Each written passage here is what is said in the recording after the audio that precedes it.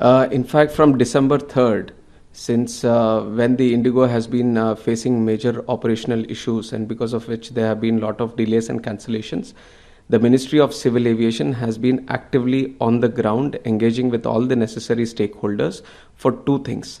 One, for passenger care, comfort and convenience. We want to reduce all the inconvenience that the passengers are facing at the airports. And two, we want to ensure safe operations in the country also. This two priority, the ministry has been thoroughly engaging from day one. So in the initial, when we have seen a lot of delays happening with the Indigo operations, then we have engaged with them. We have told them to take all the necessary steps to ensure normalcy within the next 2 days. And yesterday we have also seen major delays happening because of that.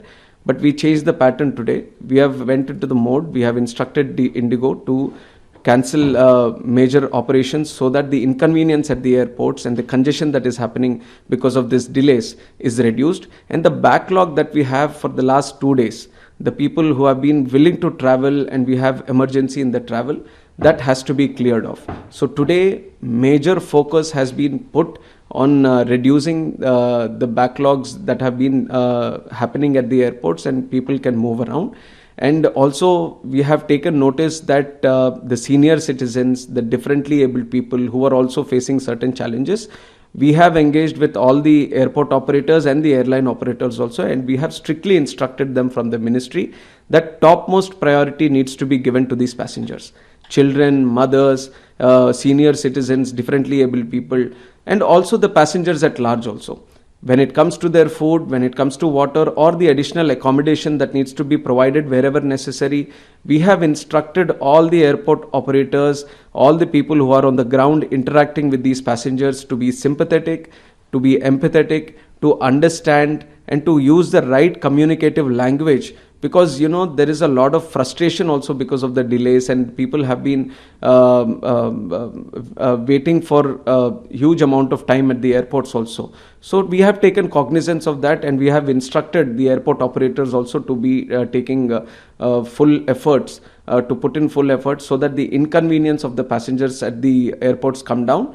Today we are seeing that the situation is getting better. The backlogs that have been there for the last 2 days, they have been cleared. Delhi, major airport, Mumbai and Chennai, most of the metro airports, they have been cleared and will be cleared by the evening also. From tomorrow we are expecting normalcy to start, in the sense there won't be any congestion or there won't be any waiting at the airports.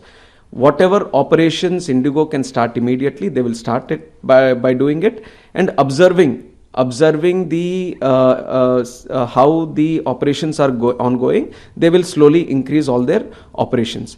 And why this situation has happened also, we need to understand that from November 1st, 2025, the DGCA has come in with the new FDTL regulations, and this has been going on for quite some time. In April only it was decided that the new regulations are going to come from November.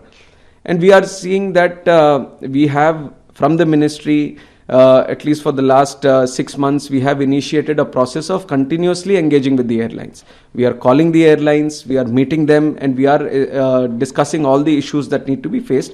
And these were all which were out there in the open, and for the airlines also.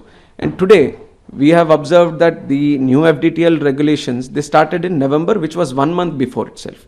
And through the last 1 month also, we have been observing, and things were pretty much not to the extent of this, but there was no issue regarding the new FDTL norms that was observed. And the second thing is that the other airlines, Air India or the Akasa or SpiceJet, they have all adjusted and they have done the necessary this thing. But here, what was unanticipated suddenly, which has boomed into this because of the mismanagement that has happened at the Indigo regarding their crew.